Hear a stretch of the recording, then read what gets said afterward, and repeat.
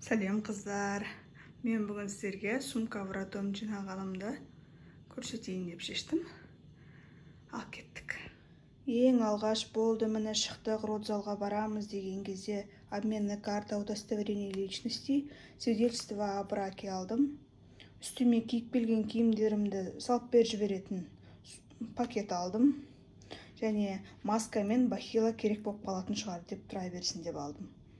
Одан кейін сорочканың орнына мен өзіме ыңғайлы болатын, өзімді ыңғайлы сезінетін мынандай бір штапель көйлек алдым. Кең, рахат көйлек енді бұл. Және моющийся тапочки.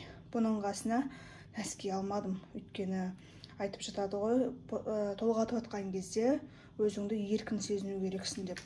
Нәски қысуы мүмкін, біреуде отек болуы мүмкін. Менде шамалы бар, сондықтан нәскисіз. Одан кейін мына жерде подгузники для взрослых 2 штук. Толғатып жатқан кезде жейтін мына жерде шоколадтары, майда шүйде нәр беретін, құнар беретін. Одан кейін окситоцинға бай құрма. Басы соскасы мынандай сулар алдым. 3 штук маған жарайтын шығар. Жарамаса тағы да алармын деп. Одан кейін ол жерде жүрген кезде керек болып қалар деп салфеткалар алдым. Кішкентай жарап қалар. Микролаксты білмеймін енді, керек па, керек емес па, клизма жасауға. Негізі керек емес шығар. Сондықтан үйде бар болған кейін қоя салдым. Керек болып қалары мүмкін деп. Бритва тоже сондай. Сосын мына жерде гигиенический помаданы бар ғой. Мен сол жерде толғатып атқан кезде бір помада жағып жатам деп ойламаймын. Оған уақытымда болмайтын сияқты. Бірақ енді ала салдым. Мүмкін кім біледі деп, списокта жүр ғой деп. Одан кейін астыма төсейтін одноразовый впитывающий пеленки алдым. Мына жерде 2 штук или 3 штук қойып қойдым отдельно. Сонымен ар толғатып бер, толғатып уф деп баланы босанып алсам құдай қаласа деп пеленкасы орайтын бір жұқа, бір қалың. Және оны киіндіретін бір набор киімі. Одан кейін подгузники. Хаггистің 0-ін алдым. Негізі бірі де бар, қайсысы келеді, соны көре жатармыз содан кейін. Өзім шамалы жуынатын болсам, және киімді ауыстыратын болсам. Сорочка мен халаты бірге. Және нәски осы жерге қойып қойдым. Енді жылы киіну керек, жылы жүру керек деп. Ал енді мен палатаға шыққаннан кейінгі заттарды көрсетейін. Ол менде ең бірінші столдың шетінде, ол әрине посуда. Өйткені тамақсыз күшіміз қалмай қалады, бірінші тамақтануымыз керек деп. Одан кейін подгузники балаға 0-мен 1. Одноразовый впитывающий пеленки мына жерде қалғаны. Врач келіп осмотр жасаса, астына төсей салғанға. Мынау одноразовый полотенце. Бетке арналған, және туалетный бумагамда осы деп отырмын. Бумажный полотенце. Мына жерде менде баланың влажный салфеткасы мен өзіме арналған влажный туалетный бумага, юкосандыкая. Сосын айтады, ана бірінші, екінші күндері сүттің келмей қалуы мүмкін екен. Соған бала ашығып қалмасын деп смесь сұратады екен. Смесь Нестаджендікі бутылкасы мен алдым, антиколиковый.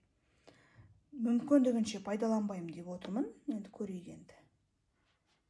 Мына ухачистка, обычный ухачистка, бұл негіз керек болмайтын шығар деп тұрмын. Ала салдым, көп жерде списокте, видеода бар екен, жарайды деп. Одан кейін пеленки, мына жерде 2-і қалың, 1-і жұқа. Сосын менде 4 набор баланың киімдері. 4 набор негізі ана жақта 1-і бар, 5-еу көптік қылатын шығар. Бірақ келгеннен кейін де киеміз, сондықтан бола берсін деп отырмын. 1-і мынау сөзіме қатты ұнайды, муслиновый екен, материал күшті екен. Одан кейін постельный белье, роддомдікі қандай екен білмеймін, сондықтан өзімдікін алдым. Сосын босанған әйел қалтырауық болып келеді, шамалы жаурауық болып келеді. Сондай кездерде киетін халаты, орамал, полотенце. Выпискаға арналған одеяло. Бұл конверт бола салады, мына жерде бантигі бар. Сонымен әдемі болып мына набормен бірге шыға саламыз. Бір набор өзіме киім. Менде сонымен үшеу болып тұрма. Ұзаққа кетіп отқан адамдар ұқсап дайындалып жатырмын. Енді лучше бар болсын, чем жоқ болғаннан гөрі.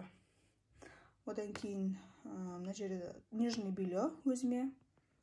Вкладыши для груди 4 штук. Ан жақта менде бір коробкасы бар, оны үйге қалдырып кетем. Бюстгальтер для кормления 2 штук мына жерде. Сосын силиконовая накладка для груди дейді. Негізі бұны пайдаланбаймын деп өзім солай настраиваться етіп отырмын. Өйткені колик осыдан пайда болады екен көп врачтардың айтуы бойынша. Бірақ жара болып, басқа болып жатса, амал жоқ, пайдаланып қалатындай болсам деп алдым бұны. Крем для сосков менде ешқандай бипанты немесе пурелан емес.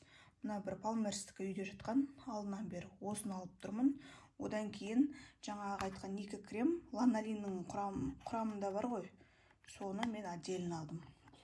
Қымбат тұрмайды, бір 1000 теңге ма, сондай ақ тұрады екен. Сондықтан екеуін біреу көмектесіп қалар деп отырмын енді мына екеуінің. Болмай бара жатса тағы да заказ берермін. Мынау менде енді крем для младенцев. Подгузніктің астына жағатын крем. Пробнигі. Ұнап жатса үлкенін кейін көріп заказ бере жатармыз. Сосын мына жерде менде масло.